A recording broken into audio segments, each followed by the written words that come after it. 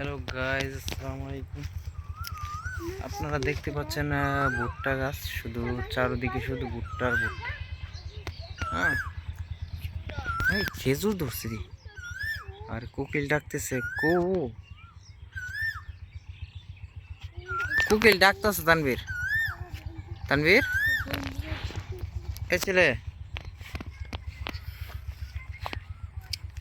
এই নিজে সরাসরি যদি আপনারা দেখতে পারতেন তো বুঝতে পারতেন কি সুন্দর, এত সুন্দর একটা গ্রাম।